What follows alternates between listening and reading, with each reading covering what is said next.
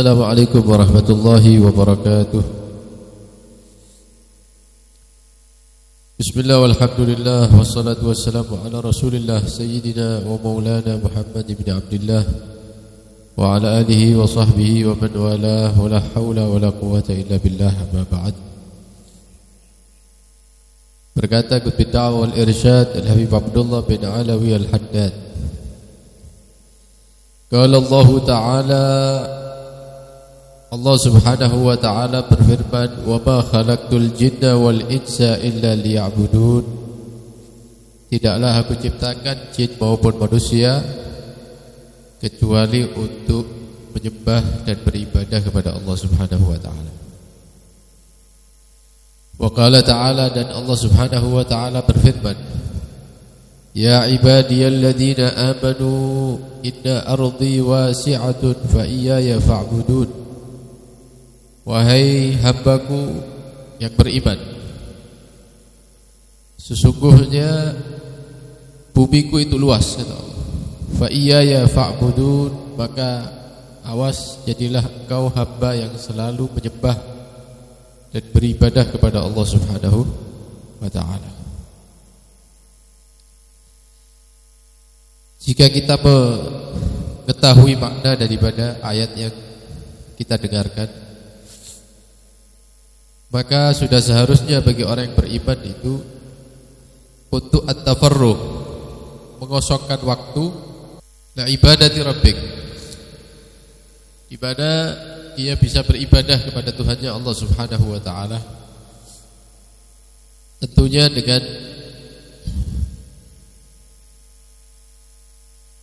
menghindar daripada perkara-perkara yang menjadi gotek itu, seperti orang yang menghalangi jalan begitu. Jadi ketika manusia itu hamba ingin beribadah kepada Allah Subhanahu wa ta'ala, itu kadang-kadang ada gotik, ada hambatan-hambatan. Maka bagaimana cara kita ini bisa beribadah, meluangkan waktu untuk ibadah kepada Allah Subhanahu wa ta'ala, dengan cara menghindari atau menjauhi segala yang menghalangi kita. Juga ada as-sawarif. Sawarif itu yang memalingkan kita. Kita sudah bertujuan ibadah kepada Allah, ada yang memalingkan ke arah yang lain. Maka penghambat ini, sesuatu yang memalingkan kita daripada ibadah kepada Allah, kita jauhi, kita lewati, sehingga kita tetap punya waktu untuk ibadah kepada Allah Subhanahu wa ta'ala. Kalau kita mau kembali kepada pribadi kita masing-masing, mulai bangun tidur sampai kita tidur malam, apa kesibukan kita yang paling banyak yang kita lakukan? Ya kalau mau dipikir-pikir ya urusan duniawi. Bangun ya kita membersihkan diri, itu urusan duniawi. Kemudian kita kalau udah puasa ya makan, kemudian siap-siap untuk kerja misalnya.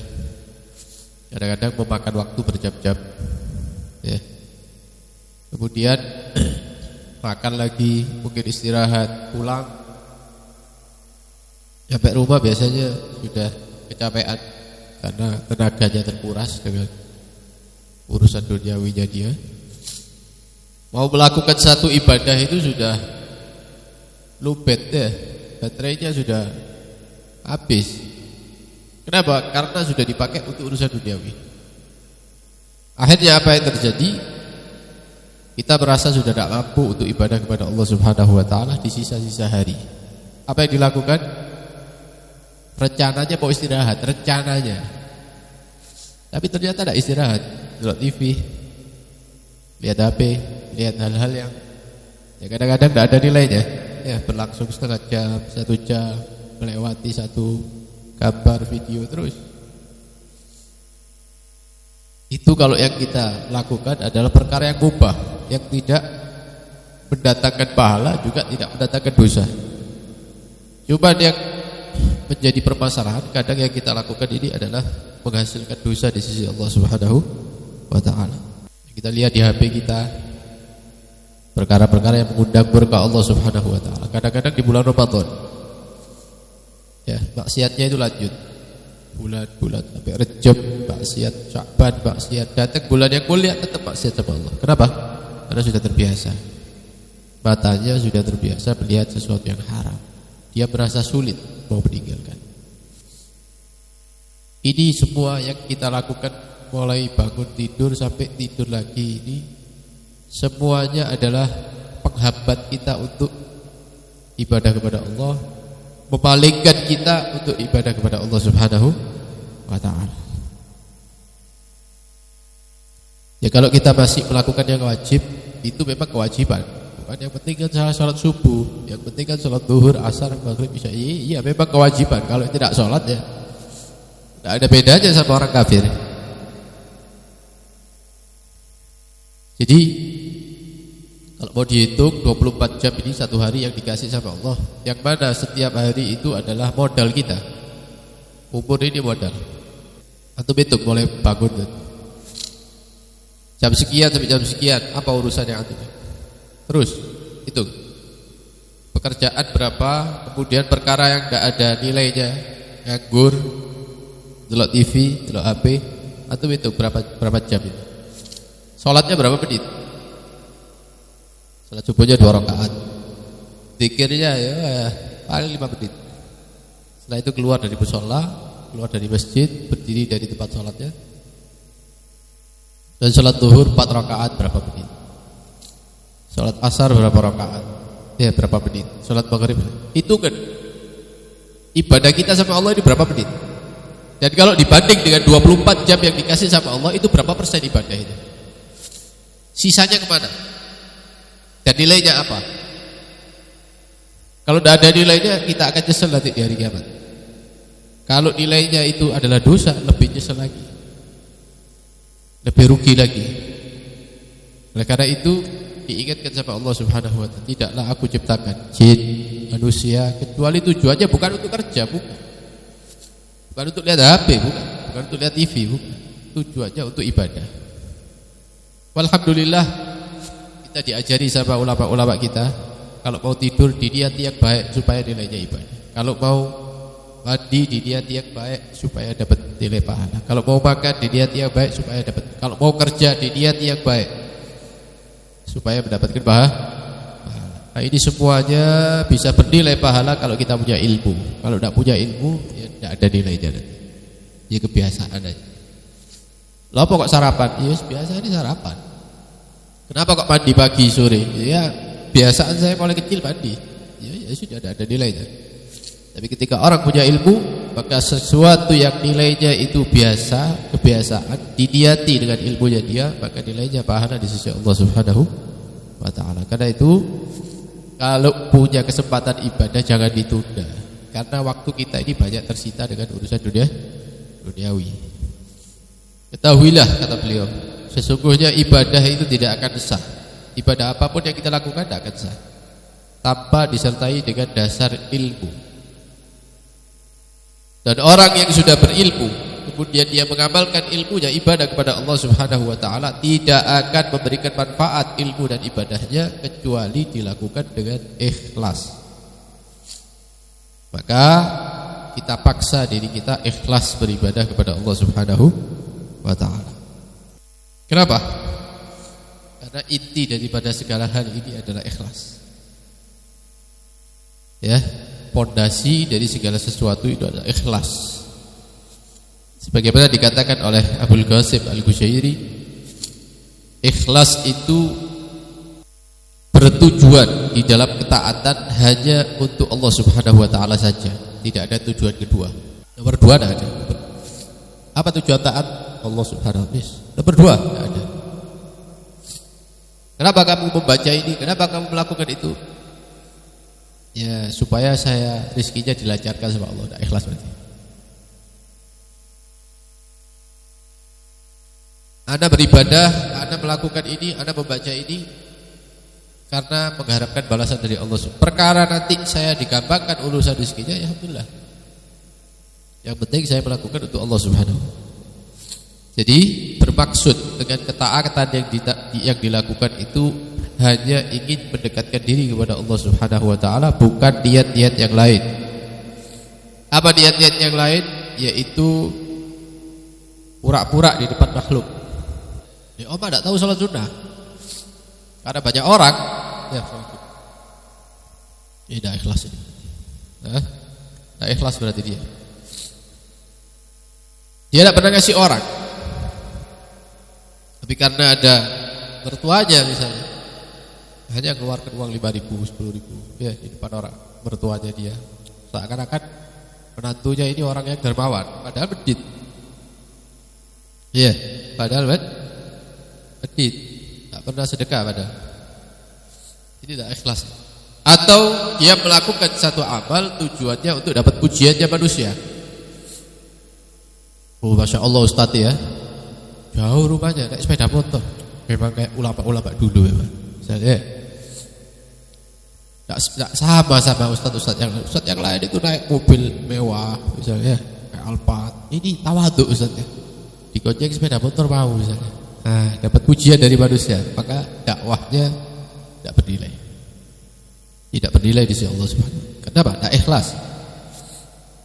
Ya. Oh, Masya Allah Ustadznya sandalnya jepit misalnya. Ya, memang tidak senang dunia, tidak ada hubud dunia di hatinya Ustadz. Tidak, padahal sandalnya hilang Pak Bogi. Ya, ada kono dia merasa, oh iya memang saya ini memang zuhud memang. Padahal tidak. Nah, ini tujuannya untuk mendapatkan pujian manusia. Atau dia senang kalau dipuji. Atau niat-niat yang lainnya ibadah selain mendekatkan diri kepada Allah Subhanahu wa taala. Karena itu dapat disimpulkan bahwa ikhlas itu ketika kita melakukan satu amal murni, bersih dari selain niat mendekatkan diri kepada Allah. Tidak pengen diperhatikan oleh makhluk dan lain. Nah, karena itu banyak daripada ulama kita ini yang kalau beramal itu kalau tidak ada orang baru beramal. Nek ngarepe wong biasa-biasa. Didelok umumnya orang kalau terawih itu di tempat saya waktu witirnya 3 kali, 3 kali. Nanti di rumahnya ditambah sama dia, disempurna. Bukan di depannya orang dia tambahi. Masya Allah ya. Mesti koma dia itu 11 rakaat. Nah, kita takutkan tidak ikhlas nanti. Karena itu kalau mau ibadah di rumahnya sendiri, di depannya orang, umumnya manusia aja melakukan apa? Ya sudah itu. Oh, wong lek mari salat biasanya wirite apa gini. Wis mari, orang-orang keluar. Enggak usah bertahan di masjid ya. Paling suwe iku di masjid itu ya. Enggak tahu betul di piye. Paham ya? Tapi di rumah cekel remote. Ya, HP ini habis dicas digawe. Tapi kalau di depannya orang sepe ya, mari kudu angkat tangan, nangis-nangis misalnya. Tapi kalau di rumah enggak seperti itu. Seharusnya kebalikannya. Di depannya orang biasa, tapi di rumahnya dia ibadah, memperbanyak ibadah. Ya, sekiranya tidak ada yang tahu. Nah, jadi inti daripada apa yang kita jelaskan ini, beliau Al-Habib Abdullah Al-Haddad mengingatkan tujuan penciptaan kita itu apa. Ya tidak lupa ya. Kalau tidak diingatkan seperti ini oleh ulama-ulama, akhirnya lupa. Iri terus, berasa mana tidak tahu, dia keluar dari jalur. Jadi harus ada waktu-waktu yang kita ingat, oh iya sih, ini bukan jalur saya. Ya balik lagi, mulai sholat berjamaah lagi, mulai baca Quran lagi, majelis-majelis ilmu lagi. Kok rada suwe, miring mana ya? Giri lagi, keluar dari jalur lagi. Nanti mendengarkan kalimat-kalimatnya ulama-ulama kita balik lagi. Itu manusia seperti itu. Kecuali orang-orang pilihan. Kalau orang-orang pilihan itu kecek tok, ada bego. Mulai kecil, balik sampai mati gini terus. Nah, kita ini ya, mungkin bukan orang pilihan, mudah-mudahan ya dipilih sama Allah. Ya, kumpul sama mereka. Ya ono bego, itu pasti. Belok. Nanti mendengarkan kalam-kalamnya ulama balik lagi. Balik terus. Dan ini pernah terjadi kepada sahabat Nabi SAW. Jadi jalan bertemu dengan Sayyidina Abu Bakar As-Siddiq. Kemudian dia tanya sama saya, kelihatan sama Rasulullah enggak? Katanya kalau tidak salah Nabi tadi kelihatan di daerah sini. Kemudian ada perkara yang penting yang mau saya tanyakan. Sayyidina Abu Bakar tanya, apa masalah apa? Kemudian sahabat ini menjelaskan bahwa saya ini kalau hadir majelisnya Rasulullah itu semangat tinggi, dengarkan ya petuah-petuahnya, ya khutbahnya Nabi, itu semangat ibadah itu tinggi, semangat sholat berjamaah, sholat sunnah, baca Quran, zikir, iktikaf. Tapi setelah beberapa waktu saya kembali ke rumah, bertemu dengan istri, bertemu dengan anak, urusan dengan keluarga, mulai turun ibadahnya. Ya, semangat yang didapatkan ketika bersama Nabi itu hilang sedikit demi sedikit. Saya ini takut termasuk orang munafik. Saya takut termasuk orang munafik kalau dia di dekat Rasulullah ibadah, kalau jauh dari Nabi berubah. Loh, dikira sama dia ini, sahabat ini kumpul dengan keluarga, ngobrol sama istri dan anak, ngurusi mereka, itu dikira sudah dianggap kemungkaran dulu itu. Zaman dulu. Kalau kita kan enggak ya, orkesan itu dianggap ma'ruf sekarang ya, perkara yang baik. Cek gak sholat dok, jadi ya sekali-sekali orkesan. Aku balik pada sholat. Kalau dulu itu enggak, ngobrol sama istri sama anak itu sudah sesuatu yang pelanggaran begitu ya. Artinya jauh daripada ibadah. Saya takut nanti termasuk orang-orang munafik. Kata Sayyidina Abu Bakar As-Siddiq apa? Loh iya, saya sama katanya. Saya itu kalau sudah di majelisnya Rasulullah semangat. Nanti kalau sudah pulang, mulai tidak ketemu sama Nabi beberapa jam, turun. Nanti ketemu lagi, naik lagi. Ayo tanya bareng berdua. Tanya berdua. Sayyidina Abu Bakar dan sahabatnya. Yang kedua. Setelah ketemu dengan Rasulullah, dijelaskan pada Nabi permasalahannya ya. Bahwa kalau sudah hadir majelis naik semangatnya, kalau sudah pulang dari majelis dapat sehari 2 hari turun lagi, mulai turun lagi. Maka kata Nabi SAW, itu wajar katanya Nabi. Itu adalah sesuatu yang selama tidak melakukan sesuatu yang nilainya dosa, bukan maksiat ya. Seandainya kata Nabi SAW, engkau diberikan satu keadaan oleh Allah Subhanahu wa taala yang tetap, artinya bertemu dengan Rasulullah kemudian meningkat semangatnya dan terus seperti itu, maka kamu akan bisa salaman dengan para malaikat Allah. Ya. Jadi tidak akan nafsu dengan kehidupan dunia. Sama istri tidak nafsu, sama pekerjaan tidak nafsu, sama ngurusi anak sudah tidak seperti manusia, sudah seperti kehidupannya para malaikat. Itu termasuk rahmatnya Allah. Itu dibuat ya menurun ibadahnya, nanti naik lagi. Karena itu penting menghadiri majelis-majelis ilmu, ya duduk dengan orang-orang yang berilmu supaya apa? Tidak terlalu jauh beloknya. Keluar dari jalurnya itu tidak terlalu jauh. Kita mohon kepada Allah Subhanahu wa taala, mudah-mudahan apa yang kita pelajari menjadi ilmu yang bermanfaat. Mudah-mudahan diberikan hikmah, kekuatan, semangat oleh Allah Subhanahu wa taala untuk bisa meningkatkan ibadah terutama di bulan Ramadan, dan mudah-mudahan mendapatkan malam Lailatul Qadar. Amin ya rabbal alamin. Sallallahu alaihi wasallam Muhammad wa alihi wasallam. Alhamdulillah.